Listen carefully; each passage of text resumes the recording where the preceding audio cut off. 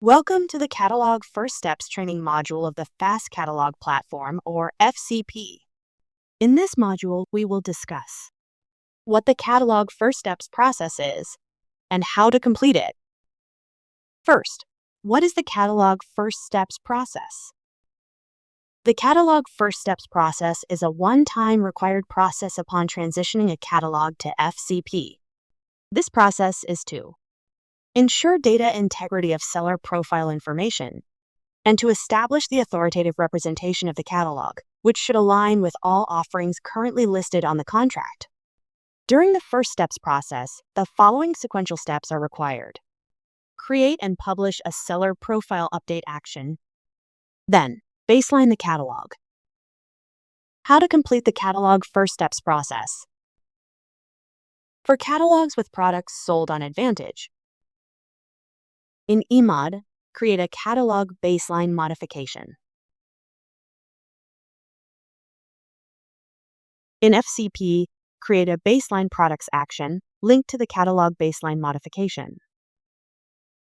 Upload and submit a product file for market research.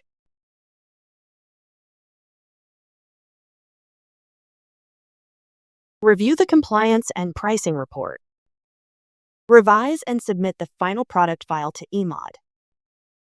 And finally, publish items for sale to GSA Advantage. After the baseline products action is published to GSA Advantage, then vendors can create other product catalog actions. The baseline products action is a one-time action that cannot be repeated.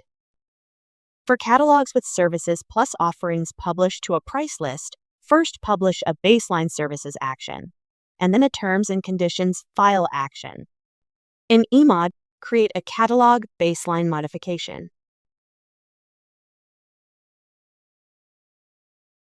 In FCP, create a baseline services action linked to the catalog baseline modification.